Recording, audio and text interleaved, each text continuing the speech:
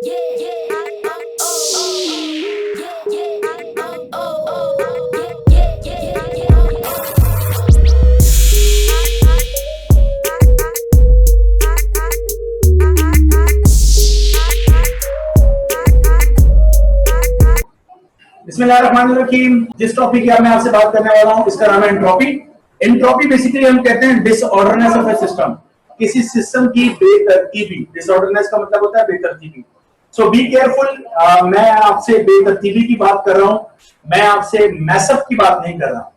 ये जो इंग्लिश में वर्ड इस्तेमाल होता है ना मैसअप, जिसका एक कमरा है उसको आपने बहुत अच्छी तरीके से डेकोरेट किया हुआ है फॉर दी बर्थडे पार्टी, और आफ्टर डेट पार्टी उस कमरे की जो हालत होती है, जो कमरे की हालत खराब हो चुकी होती है, जिसे हम कहते हैं कि जी सारी चीजें जो है ना वो मैसअप हो गई हैं, इधर भी चीज उधर गिरी हुई है, टोपियां इधर साइड में गिरी हुई है, बैलून फटे हुए होते हैं, आपने देखा होगा, और वो जो फ्लेयर्स वगैरह होते हैं वो जिसके अंदर चमकीली किस्म की चीजें वो पूरे कमरे में बिखरी होती हैं। तो कमरा पूरा वेल डेकोरेटेड होता है, उसके बाद कमरा जो है वो मैसअप हो जाता है। ये चीज मैं आपसे नहीं कह रहा, ये मैं आपको समझाना चाह रहा हूँ। एंट्रोपी डिसऑर्डरनेस का मतलब ये है कि क्या मॉलिक्यूल्स अपनी पोजीशन को चेंज कर रहे हैं। अगर मॉलिक्यूल अपनी पोजीशन को चेंज कर रहे हैं, इवन वो नजर आ रहे हैं कि बड़े ऑर्डर में रखे हुए मॉलिक्यूल वो तरतीब के अंदर हैं, लेकिन वो अपनी पोजीशन चेंज कर बैठे, तो हम इसको कहते हैं डिसऑर्डरनेस, बेतरतीबी। तो हमारे लिए बेतरतीबी, जिसको हम एंट्रोपी कहते हैं, वो बेसिकली मॉलिक्यूलर पोजीशन का चेंज होना है। So change in the molecular position is basically called the entropy। और मॉलिक्यूलर पोजीशन कब चेंज होती है? मॉलिक्यूलर पोजीशन उस वक्त चेंज होती है जब भी हम किसी सिस्टम को हीट देते हैं या किसी सिस्टम से हीट लेते हैं। तो याद रखिएगा, जब भी हम हीट का एक्सचेंज करते हैं किसी सिस्टम के साथ, तो उस सिस्टम का डिसऑर्डरनेस, उस सिस्टम का एंट्रोपी, मतलब कि मॉलिक्यूलर पोजीशन चेंज हो जाती है, and this is known as entropy. अच्छा, अब मैं इसको एक तरीके से आपको समझाना चाह रहा हूं, वो ये है।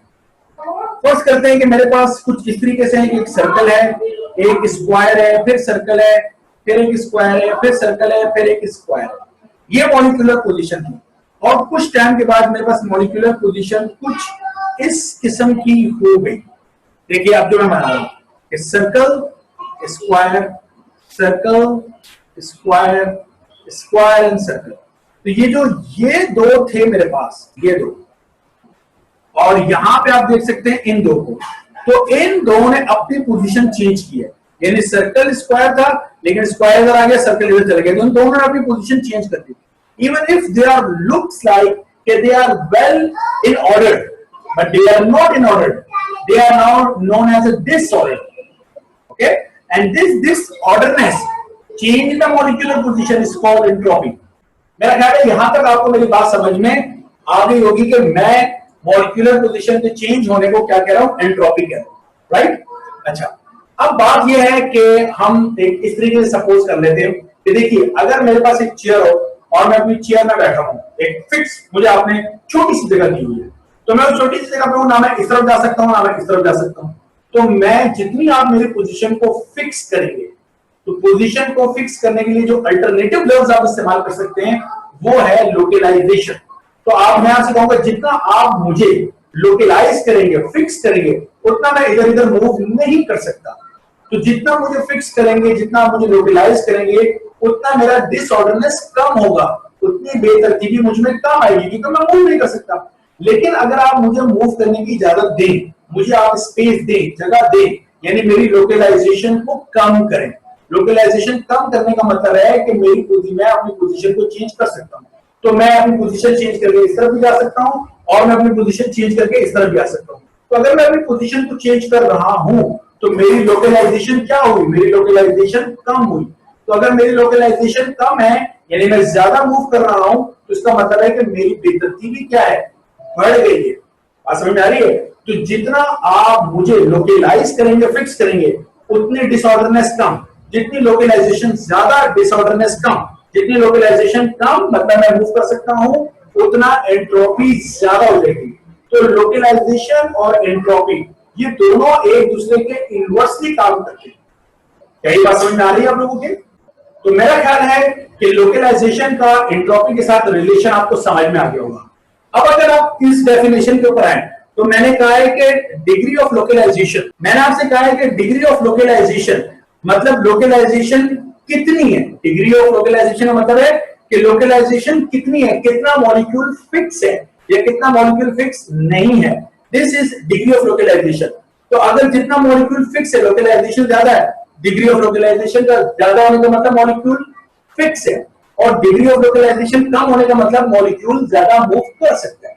तो डिग्री ऑफ लोकलाइजेशन को अगर आप मेजर करें, उसको अगर आप नापें, तो एक्चुअली आप किसको मेजर करने में कामयाब हो जाएंगे, एंट्रोपी को। तो मैंने कहा है कि डिग्री ऑफ लोकलाइजेशन किसकी मेजरमेंट आपको दे सकता है, एंट्रोपी ऑफ द सिस्टम। तो हम इसको ऐसे भी कह सकते हैं, यहां ऐसे लिखते हैं, the measure of degree of localization. Degree of localization को मेजर करें तो आपने मेजर कर दिया किसको, एंट्रोपी ऑफ द सिस्टम को। मेरा कहने की आसान किस्म की डेफिनेशन भी आपकी समझ में आ चुकी है, ठीक है। और ये मैंने आपको बता दिया कि मॉलिक्यूलर पोजीशन चेंज होने को हम बेसिकली क्या कहते हैं, एंट्रोपी। तो आप सोचें कि बचपन में जब आप फर्श पर खड़े होते थे तो आपकी हाइट थी कुछ 2 फीट, तो हमारी आई को आप समझ ले एक मॉलिक्यूल है, तो गोल से हमारी आई, तो समझ ले आई जो है ना वो एक मॉलिक्यूल है। तो जब आप जमीन पर खड़े होते थे तो 2 फीट के फासले पर आपकी आई होती थी। आज आपकी हाइट बड़ी हो गई, आप बड़े हो चुके, तो आज जब फर्श पे खड़े होते हैं तो ये मॉलिक्यूल, ये जो आई है, ये जमीन से कोई 5 फीट कोई 4.5 फीट ऊपर आ चुकी है। ये मेरी बात समझ में आ रही है। तो ये जो मॉलिक्यूल जो है, यानी आपकी आई, ये वक्त के साथ साथ अपनी पोजीशन क्या कर रहा है, चेंज करता जा रहा है। तो मैं अगर आपसे कहूं कि पहले आप ज्यादा ऑर्डर थे या अब आप ज्यादा ऑर्डर है, पहले आप ज्यादा तरतीब में थे या अब आप ज्यादा तरतीब में, तो हो सकता है आप बोलें कि पहले हम तरतीब में नहीं थे बचपन में, अब हमारी बॉडी ज्यादा, क्योंकि जवान है ना, तो आप कहेंगे कि मेरी बॉडी जो है ना वो ज्यादा क्या हो गई है, ऑर्गेनाइज, ज्यादा ऑर्डर हो गई है। But according to the physics, वक्त के साथ साथ जैसे जैसे वक्त गुजरता जा रहा है, मॉलिक्यूलर पोजीशन चेंज हो रही है, आपकी बॉडी ज्यादा डिसऑर्डर हो रही है, मॉलिक्यूल अपनी पोजीशन चेंज कर रहे हैं, फैलते जा रहे हैं, दूसरे से दूर जा रहे हैं, इसलिए तो आप बड़े होते जा रहे हैं। तो जब तक आपकी हाइट इंक्रीज हो रही है, आपकी बॉडी इंक्रीज हो रही है, आपके मॉलिक्यूल अपनी पोजीशन को चेंज कर रहे हैं, आप ज्यादा डिसऑर्डर हो रहे हैं। अंडे का डिसऑर्डरनेस ज्यादा है या मुर्गी का डिसऑर्डरनेस ज्यादा है, बात समझ आ रही है। तो अंडे का डिसऑर्डरनेस कम है, उसकी बेतरतीबी कम है, उस अंडे से चूजा, चूजे से मुर्गी बन गई, ये डिसऑर्डरनेस क्या हुआ, बढ़ गया, बेतरतीबी बढ़ गई। ओके, तो ये है हमारे पास जिसे हम बेतरतीबी कह रहे हैं, मॉलिक्यूलर पोजीशन का चेंज होना। तो बी केयरफुल, इसको मैसअप के साथ, जिसे कहते हैं ना बिखरा हुआ, उसके साथ मत रिलेट कर देना बेतरतीबी को। बार बार बच्चों के ध्यान में आया था बेतरतीबी का मतलब बिखरा हुआ, नो, बिखरा हुआ नहीं है, अरेंज है, वेल डेकोरेटेड है, सब कुछ अपनी जगह फिक्स है, लेकिन अपनी पोजीशन चेंज कर बैठे, इधर का सोफा उधर कर दिया, उधर का सोफा इधर कर दिया, सब कुछ ऑर्डर में, बट आप चूंकि पोजीशन चेंज कर चुके हैं तो ये डिसऑर्डरनेस हो गया। क्लियर है मेरी बात। क्लास में चेयर्स हैं, उन चेयर्स के ऊपर स्टूडेंट आके रोजाना बैठते हैं, well ordered, well maintain, discipline को फॉलो करते हुए वो बैठते हैं उन्हीं चेयर्स के ऊपर। लेकिन क्या रोजाना स्टूडेंट उन्हीं चेयर्स पे बैठते हैं जिसपे वो हमेशा से बैठते हैं? तो ऐसा नहीं होता। कोई स्टूडेंट कभी पहली रो में बैठा होता है, कोई सेकंड रो में चला जाता है, कोई फर्स्ट कॉलम में होता है तो थर्ड कॉलम में चला जाता है। So they change their position, so every time entropy changes, entropy जो है वो हमेशा तब्दील होती रहती है। अच्छा, अब यहाँ पे मैंने लफ्ज इस्तेमाल किया एंट्रोपी चेंज होती है, एंट्रोपी तब्दील होती है। तो क्या होती है एंट्रोपी? क्या एंट्रोपी तब्दील होकर ज्यादा हो जाती है या एंट्रोपी तब्दील होकर कम हो जाती है? तो हमारा फिजिक्स में कॉन्सेप्ट है कि अगर हम एक आइसोलेटेड सिस्टम की बात कर रहे हैं तो याद रखिएगा सिस्टम की एंट्रोपी या तो जो होती है वही रहती है या हमेशा क्या करती है, इंक्रीज करती है। एंट्रोपी कभी डिक्रीज नहीं करती। अब कभी हम दोबारा उस मॉलिक्यूलर पोजीशन पे नहीं जाएंगे, ये मेरी बात समझ में आ रही है? सो every time when the molecule change their position entropy increases. चाहे उसके बाद दोबारा से ये यहां से यहां पर क्यों ना आ जाए, ये दोबारा से इधर ऐसे क्यों ना आ जाए, तो आप इसको बोलेंगे दोबारा उसी पोजीशन पर आ गए, यस उसी पोजीशन पे आ गए, लेकिन इस दौरान एक तब्दीली आ चुकी है एनर्जी, एनर्जी एक्वायर की है, एनर्जी लेने देने के बाद ये मामला तय पाया है। ओके, सो सिस्टम की या तो जो बेतरतीबी एंट्रोपी होती है वही रहती है या ये हमेशा क्या करती है, इंक्रीज करती है। ये जो मैंने जुमला इस्तेमाल किया है, इस जुमले को हम कहते हैं second law of thermodynamics in term of entropy. अगर हमसे कहा जाए एंट्रोपी की जबान में सेकंड लॉ ऑफ थर्मोडायनेमिक्स बताएं, तो ये था वो जुमला, इसको मैं लिख के आपको बता रहा हूं।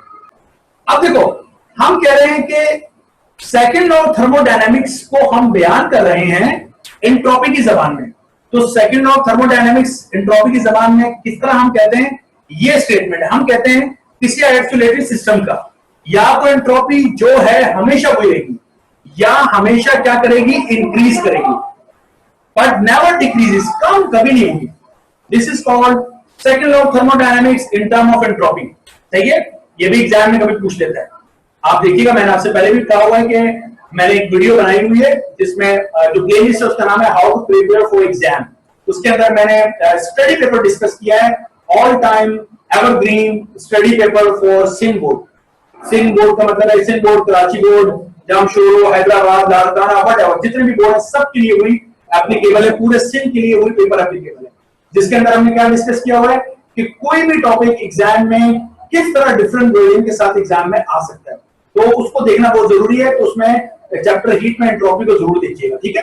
अच्छा, तो एंट्रोपी की जबान में सेकंड लॉ ऑफ थर्मोडायनेमिक्स क्या कहता है, या तो एंट्रोपी जो है सो वही रहेगी, या हमेशा क्या करेगी, इंक्रीज करेगी, डिक्रीज कभी नहीं करेगी। हम चेंज इन एंट्रोपी, एंट्रोपी में जो आने वाली तब्दीली है उसको लिखते हैं डेल्टा एस। मैंने अभी आपसे कहा या तो ये क्या होगा, कांस्टेंट रहेगा, या ये इंक्रीज करेगा। अब ये सिंबल समझ में आ गया। ग्रेटर देन का मतलब है या तो ये इंक्रीज करेगा, और इक्वल टू का मतलब है ये कांस्टेंट रहेगा। और इसका जो फॉर्मूला है वो डेल्टा क्यू अपॉन टी है। This is not delta T, T है, ख्याल करना है। सो कितनी हीट हम सिस्टम को दे रहे हैं divided by the temperature of the system. तो delta Q upon T is basically the change in entropy. तो या तो हीट जो, या तो एंट्रोपी रिमेन्स कांस्टेंट, या ये इंक्रीज करेगी। अच्छा, अब जो डेल्टा क्यू है इसका यूनिट हमारे पास क्या है, जूल, और टेम्परेचर का यूनिट क्या होता है हमारे पास, केल्विन। तो जूल पर kelvin is the SI unit of change in entropy. आपको याद होगा जूल पर केल्विन, मैंने हीट कैपेसिटी का यूनिट आपको बताया था, याद है आपको, हीट कैपेसिटी भी हमने पढ़ा था जूल पर kelvin. So now you should relate this entropy with heat capacity, और वो क्या है, वो ये है कि जब भी हम सिस्टम को हीट कैपेसिटी क्या था, सिस्टम को हीट देते हैं टेम्परेचर इंक्रीज करने के लिए। जब भी सिस्टम को हीट दोगे टेम्परेचर इंक्रीज करने के लिए, तो सिस्टम एक प्रोसेस से गुजरता है, सिस्टम के मॉलिक्यूल एक प्रोसेस से गुजरते हैं, एक बेतरतीबी से गुजरते हैं, एंट्रोपी उनके अंदर डेवलप होती है, और वो एंट्रोपी बेसिकली किस वजह से होती है कि मॉलिक्यूल अपनी पोजीशन को चेंज करते हैं। सो हीट कैपेसिटी में जब भी सिस्टम को हीट देंगे तो सिस्टम की एंट्रोपी क्या होगी, चेंज होगी। जब कभी सिस्टम को हीट दोगे, याद रखना सिस्टम की एंट्रोपी हमेशा तब्दील होगी, ओके। और अगर आप ना कोई हीट दे रहे ना कोई हीट ले रहे तो उसकी एंट्रोपी रिमेन्स कांस्टेंट, ओके। एक बात भी याद रखिएगा। तो जूल पर केल्विन इसका हमारे पास यूनिट है, ये हमारे पास एंट्रोपी हो गया। यहाँ पे इसको देख लिया, मैं फिर कुछ और बात करता हूँ। बस मेरा ख्याल है एंट्रोपी की हम इतनी ही बात करेंगे, इससे ज्यादा हम एंट्रोपी की बारे में बात नहीं करना चाहिए। चलें, अगर हम करना चाहें तो क्या है, सेकंड ऑफ थर्मोडायनेमिक्स में देखें हमने एक बात की थी, हमने आपसे ये कहा था, हमने कहा था कि एक हमारे पास होती है हॉट बॉडी, एक हमारे पास होती है कोल्ड बॉडी। हॉट बॉडी से कोल्ड बॉडी की तरफ हीट फ्लो करती है, दरमियान में अगर हम एक हीट इंजन लगाएं तो वो हमें क्या करके देता है, वर्क करके देता है, जो कि हमने केल्विन स्टेटमेंट में ये बातें आपसे कही थी। अब याद रखना, जब भी कोई सिस्टम, ये देख रहे हैं, ये जिसमें हमारे पास है हमारा हीट इंजन है, जब भी सेकंड ऑफ थर्मोडायनेमिक्स में जब भी कोई सिस्टम वर्क हमें करके देता है तो वो सिस्टम बेसिकली एक चेंज से गुजरता है, एक उसके अंदर तब्दीली आती है। तो वो जो चेंज होता है, that change is change in, वो क्या होता है, एंट्रोपी होती है। वो सिस्टम के मॉलिक्यूल की पोजीशन चेंज होने से ये बेसिकली वर्क हमारे पास कन्वर्ट होकर आता है। तो याद रखना कि सेकंड लॉ ऑफ थर्मोडायनेमिक्स आपको ये बताता है कि जो सिस्टम है वो अपने आप को क्या कर लेता है, तब्दील कर लेता है। अब अगर आप फर्स्ट ऑफ थर्मोडायनेमिक्स की तरफ जाओ तो मैंने कहा था कि first of thermodynamics law of conservation of energy की एक स्टेटमेंट है। फिर मैंने आपसे कहा था कि अगर हम एक हैंड ग्रेनेड को एक बड़े से ड्रम में उसकी पिन निकाल के ड्रॉप करते हैं, वो उसमें ब्लास्ट करेगा तो उसमें साउंड प्रोड्यूस होगी, हीट प्रोड्यूस होगी, वाइब्रेशन प्रोड्यूस होगी, सही है। तो वो हैंड ग्रेनेड जो ब्लास्ट करेगा, क्या वो sound energy, heat energy, vibrational energy, वो तमाम एनर्जी वापस मिलकर वो दोबारा से हैंड ग्रेनेड बना सकते हैं? क्या ये प्रोसेस रिवर्स हो सकता है? तो हमने कहा हमने कभी नहीं देखा इस प्रोसेस को रिवर्स।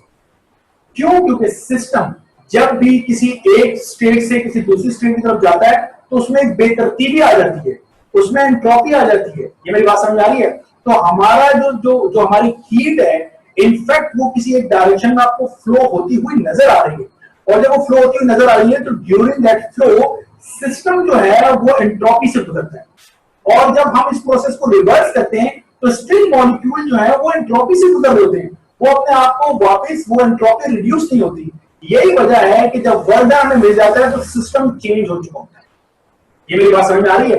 तो Q1 हमने हीट यहां से दी थी, यहां पर हमारे पास Q2 हीट पहुंची थी और वर्क हमने लिखा था Q1 माइनस Q2 के बराबर है। और इस प्रोसेस को हमने कहा रिवर्स हम कर सकते हैं, यहां से यहां पे लेके जा सकते हैं, हमें वर्क करना पड़ेगा। लेकिन फिर वही बात है, क्या सिस्टम वापस अपनी असल पोजीशन पे आएगा? नेवर। पोजीशन सिस्टम अपनी असल पोजीशन पे दोबारा नहीं आ सकता, क्योंकि जब भी ये प्रोसेस होता है सिस्टम जिस प्रोसेस से गुजर चुका होता है वो रिवर्स नहीं हो सकता। तो मेरा ख्याल है ये काफी है इस एंट्रोपी के ऊपर। यहां तक जाके हमारा चैप्टर नंबर 11 हीट कंप्लीट हो जाता है। अब हम चैप्टर 11 में जो हमारे रिमेनिंग न्यूमेरिकल है थर्मोडायनेमिक्स से जो स्टार्ट हो रहे हैं वो हम स्टार्ट कर रहे हैं। यहां तक किसी के ज़हन में कुछ सवाल हो तो पूछ लीजिए, तब तक मैं न्यूमेरिकल